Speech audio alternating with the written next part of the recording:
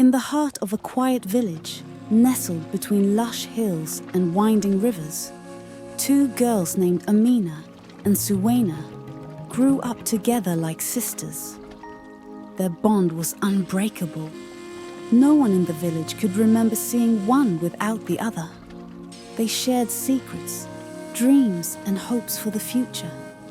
They would laugh and chatter as they went to the market, worked in the fields, or played by the river. It was a friendship as deep as the roots of the ancient trees surrounding the village. Years passed, and Amina and Zuwena blossomed into beautiful young women. Despite their differences, their friendship remained firm. Amina was soft-spoken, humble, and kind, while Zuwena had a fiery temper and was known for her arrogance. But even that couldn't break the bond they shared.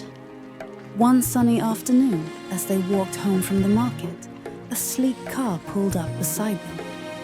A young man rolled down the window and smiled at Zuwena. "Excuse me, can I have your number?" he asked politely, admiring her confidence and beauty. Zuwena scoffed and rolled her eyes. "Get lost! You think I have time for people like you?" She spat, her words sharp and cold.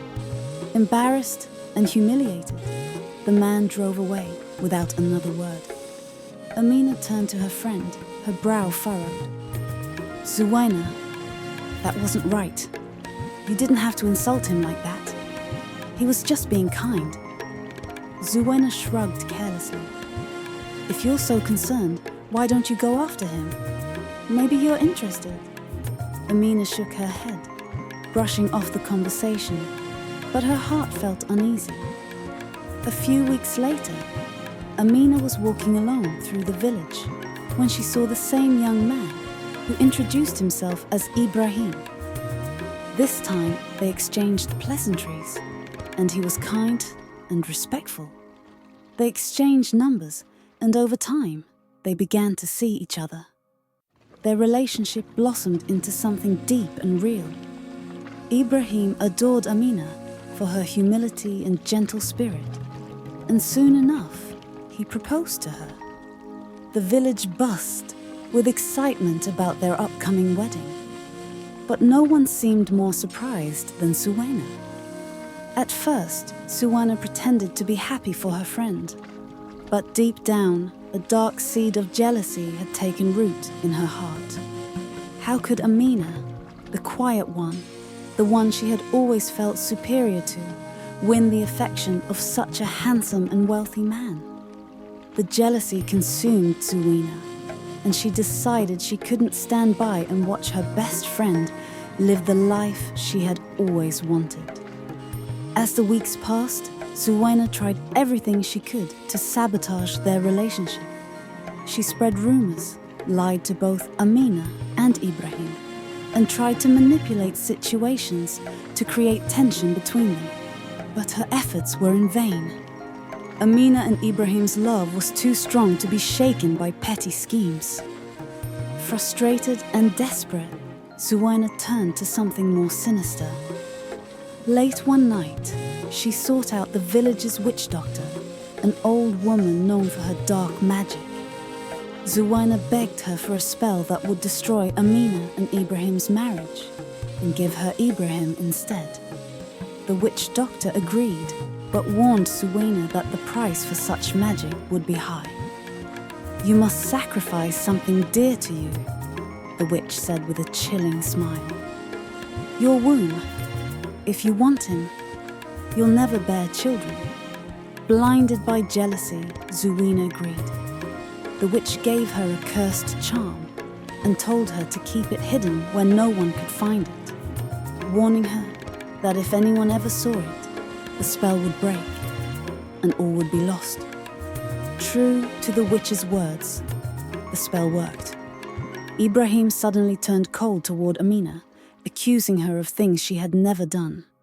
The love he once had for her faded into thin air, and soon he chased her out of their home, leaving her heartbroken. With Amina gone, Zuwena took her place and married Ibrahim, thinking she had finally won. But what seemed like victory soon turned to torment. The man Zuwena had longed for was no longer the loving and kind person he had been with Amina. Ibrahim became mean-spirited, distant, and unfaithful. Their home, which she thought would be filled with happiness, became a place of sorrow. Worse yet, Ibrahim began to yearn for children, but Zuwena, having sacrificed her womb, could never give him any.